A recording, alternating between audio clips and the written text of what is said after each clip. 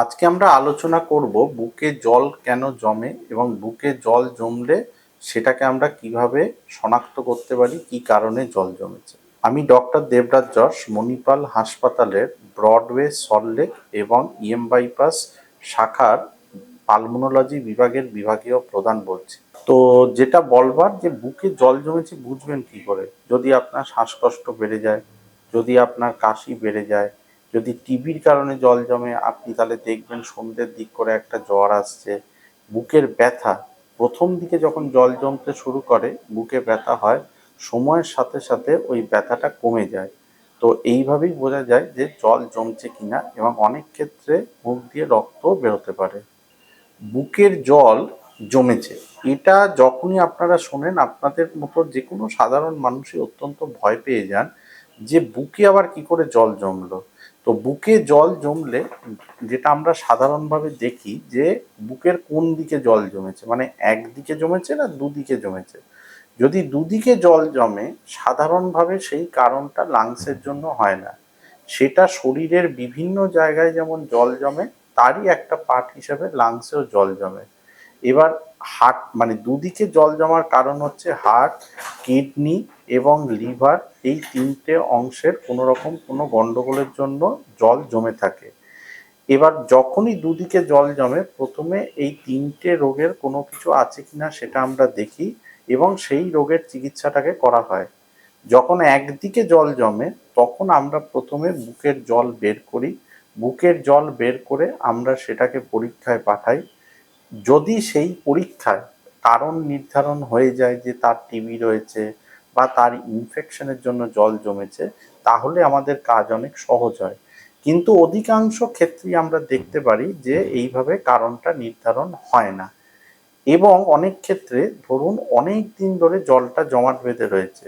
যদি জল অনেক দিন ধরে জমাট বেঁধে থাকে তখন সেটা শক্ত কাঠের মতো হয়ে যায়। মানে ধরুন আপনি আজকে একটা লস্যি বানালেন, লস্যিটা খেতে ভুলে গেলেন, প্লেট এই টেবিলের মধ্যে রইলো, আপনি 2 মাস পর এসে যদি দেখেন দেখবেন ওই জলটা শক্ত কাঠের মতো হয়ে গেছে। ওই পাত্রটাকে উল্টালেও সেখান থেকে একটুও, মানে আপনি জল বেরোতে করতে পারবেন না।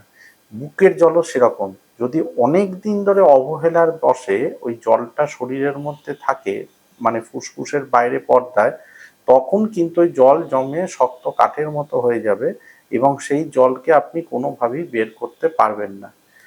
এর কারণে যেটা বলবার যে জল যখন আর্লি স্টেজে রয়েছে আমরা আলট্রাসোনোগ্রাফি গাইডেড জল বের করি, এবং জল যদি বের করেও কারণ তার না জানা যায় যে কি কারণে জল জমেছে, তখনকার দিনে আমরা একটা থোরাকোস্কোপি বলে পরীক্ষা করে থাকি।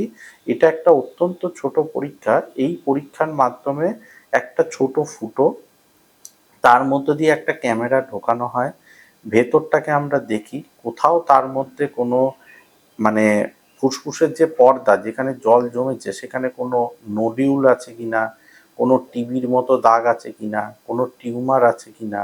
না, এমনিও যদি কিছু না থাকে আমরা সেই পর্দা থেকে বায়োপসি নিই। বায়োপসি মানে আমাদের মানুষের একটা ধারণা আছে হয়তো এটা শুধু ক্যান্সারের জন্যেই। বায়োপসি কিন্তু সব রোগ নির্ণয়ের জন্য ব্যবহার হয়।